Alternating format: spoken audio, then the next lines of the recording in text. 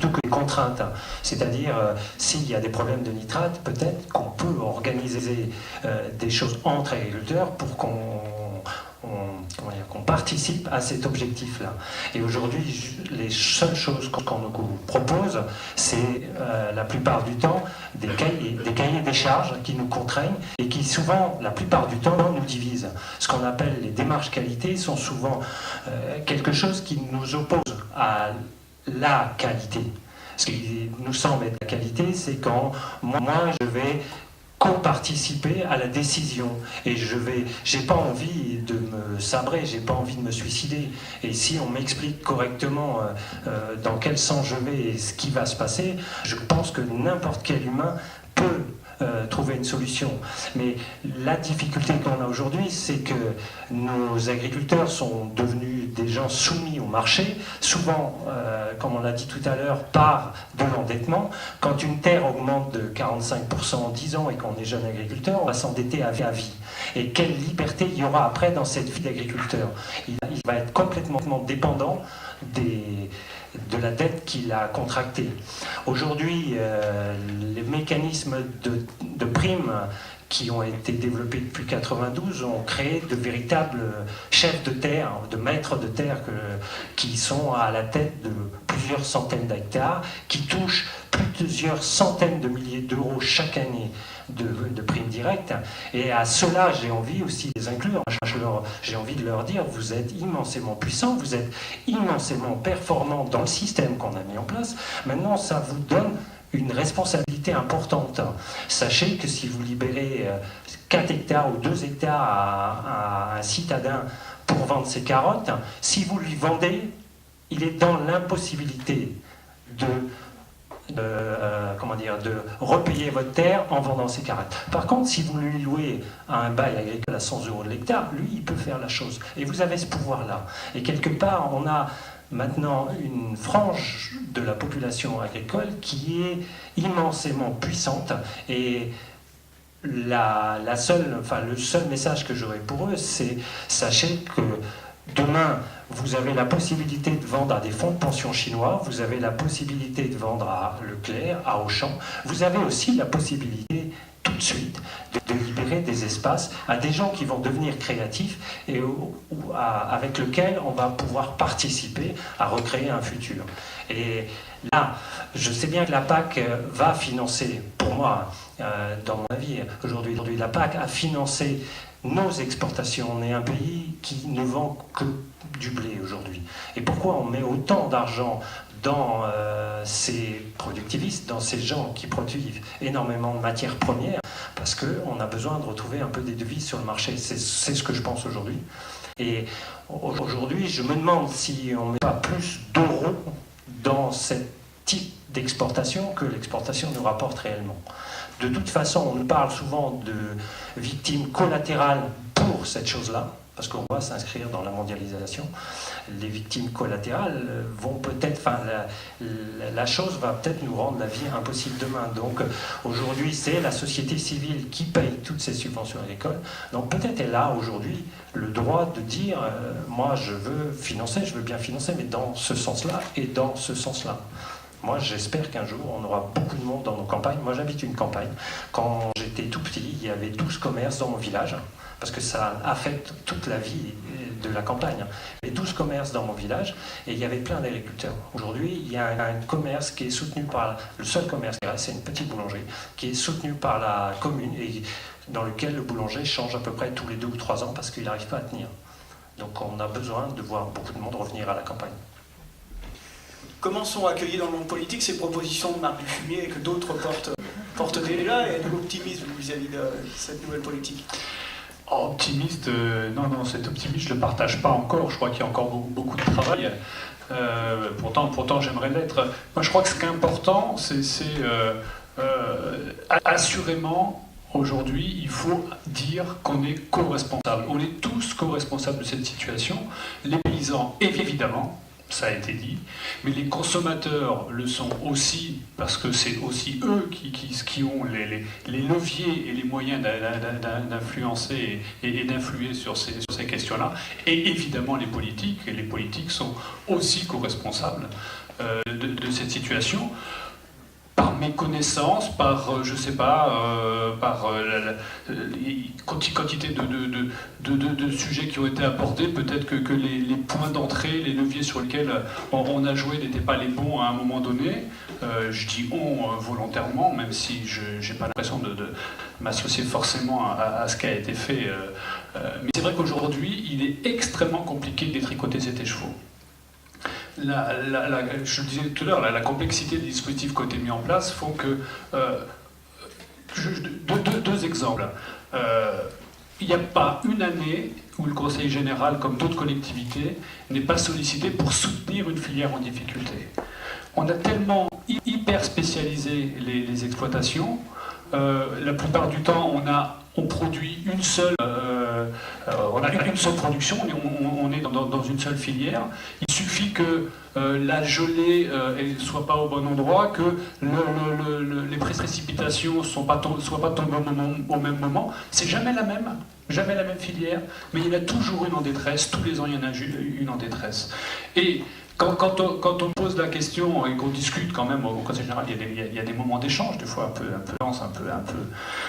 houleux, de ces questions-là. Mais je dis, c'est bien d'aller se sauver les filières qui sont fragilisées année après année. Mais est-ce qu'on ne peut pas conditionner, entre guillemets, cette aide à inciter à de la diversification pour qu'on ne retrouve pas le même problème 5 ans après? Parce que cycliquement, on va retrouver les arboriculteurs, on va retrouver les céréaliers et les éleveurs l'année dernière. Enfin, ça devient un cercle infernal. Et on pense les plaies en permanence sans jamais se poser les questions de comment remédier à l'origine à ces questions-là. Deuxième exemple, on parlait tout à l'heure de la directive nitrate et de l'extension des zones vulnérables dans le département, mais on se trompe de débat. Imaginez qu'on va classer en zone vulnérable des endroits parce qu'on a détecté de la pollution, c'est prendre le problème complètement à l'envers. C'est pas quand la pollution est avérée qu'il faut classer le territoire en zone sensible. L'ensemble du département est sur un sol sédimentaire ou alluvionnaire. Je veux dire, on sait que les migrations des molécules font qu'un tôt ou tard, les nappes phréatiques et les cours d'eau seront touchés. Et donc la question, c'est pas de savoir si on est ou pas en zone vulnérable, la totalité du département est en zone vulnérable. La question, c'est quelles règles on impose à quel type d'agriculture, et que vraisemblablement il ne faut pas appliquer les mêmes règles aux petits éleveurs et à l'élevage industriel hors sol. Et par ailleurs, une fois qu'on a dit les règles qu'on mettait en place, surtout la vraie question que doit se poser le politique, c'est comment on accompagne les filières pour trouver des solutions ensemble pour régler ces questions-là. Ce patrimoine naturel, il appartient à tout le monde, et le politique doit se poser ces questions-là. Ce débat qu'on a eu en Assemblée vendredi dernier, j'étais le seul à soutenir la directive et le travail de l'ADREAL. L'ensemble de mes collègues ont voté contre les propositions de l'ADREAL, sans se poser la question de comment on allait régler les problèmes. Dans le même temps, hier soir, je signais un contrat de rivière sur le Val de l'Indre, où toutes les collectivités travaillent dans la même direction, et le Conseil général avec le Conseil régional en particulier.